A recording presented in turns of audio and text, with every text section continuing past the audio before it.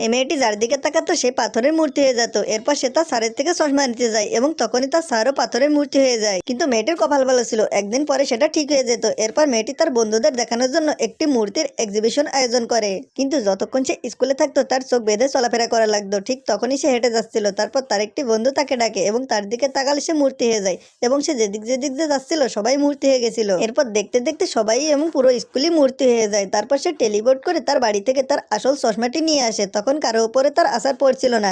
এরপর সে magic show দেখার জন্য একটি অনুষ্ঠানে যায়। জাদুকরকে বেঁধে রাখা অবস্থায় দেখে মেয়েটি ভাবে তার উপর নির্যাতন করা হচ্ছে, এজন্য সে বক্সের ভিতর গিয়ে তাকে বাঁচানোর জন্য চেষ্টা করে। কিন্তু সে যখন ভিতরে যায় তখন শুধুমাত্র একটু রেডিও দেখতে পায়, কিন্তু তার টেলিপোর্ট করতে অন্তত 5 মিনিট সময় লাগতো, এজন্য তার ভিতর আটকে যায়।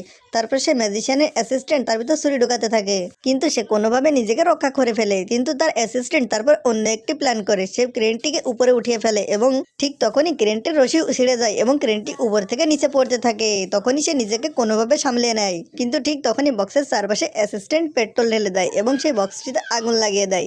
ভিতরে থাকা মেয়েটি বলে, বোরিং লাগছে আমার অনেক। ঠিক তখনই সবাই হাতে তালি দিচ্ছিল এবং অ্যাসিস্ট্যান্ট অনেক চিল্লাচ্ছিল এবং সামনে থেকে একটি বুলডোজার আসছিল।